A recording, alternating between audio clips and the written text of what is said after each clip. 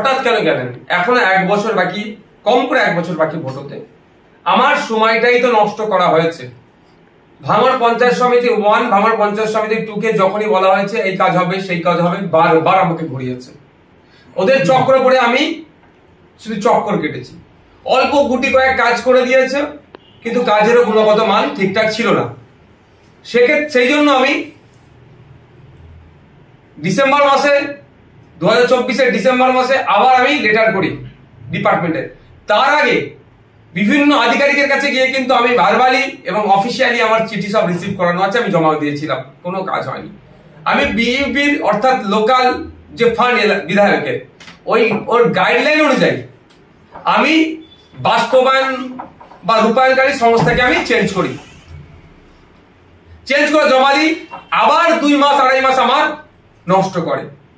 হঠাৎ দেখি মার্চের সম্ভবত 4 তারিখে আমার সাথে কোনো আলোচনা না করেই ডিস্ট্রিক্ট থেকে একটা অর্ডার ইস্যু আছে, যেখানে এডিএম ডেভেলপমেন্টের সই আছে। তিনি একটা অর্ডার ইস্যু করেছেন যেখানে ওই কাজগুলো পুনরায় আবার সেই পুরাতন ভাঙড় পঞ্চায়েত সমিতি 1, ভাঙড় পঞ্চায়েত সমিতি 2 কে দিয়েছে। যেই ওই ভাঙড় পঞ্চায়েত সমিতি 1, ভাঙড় পঞ্চায়েত সমিতি 2 আমার কাজগুলোকে ডিলে করিয়েছে, আমার টাইম কিল করেছে, তাকিয়ে দিয়েছে। এটা দেখার পরেই, কারণ আপনারা জানেন ফুটপ্রাস শিল্পের ঐতিহাসিক 21, 22, 23-এ ফাল্গুন স্যারের সব ছিল ওই মার্চ মাসের ওই সময়টাই। হওয়ার পরেই সোমবারে আমি বিধানসভায় গিয়ে 0 আওয়ারে এই বিষয়টা উত্থাপন করি। ওখানে মাননীয় যিনি পরিষদীয় মন্ত্রী ছিলেন, সাথে সাথে আপনার অর্থমন্ত্রী চন্দ্রিমা ভট্টাচার্য ম্যামও ছিলেন। আমি ওখানে প্রস্তাব রেখেছিলাম, আমার সমস্যার কথা তুলে ধরে আমি জিজ্ঞাসা করেছিলাম যে এই মুহূর্তে আমার করণীয় কি, আমি আমার ভাঙড় বিধানসভার ভোটারদেরকে কি বলবো, কি করণীয় কি, আমি কি করব, তাদেরকে কি বলবো, কারণ মধ্যখানে এত টাইম নষ্ট হয়েছে। কিন্তু দুর্ভাগ্যের বিষয়, না অর্থমন্ত্রী আমার কথার কোনো প্রতি উত্তর দিয়েছেন, বা পরিষদীয় মন্ত্রী শোভন বাবু কোনো প্রতি উত্তর দিয়েছেন।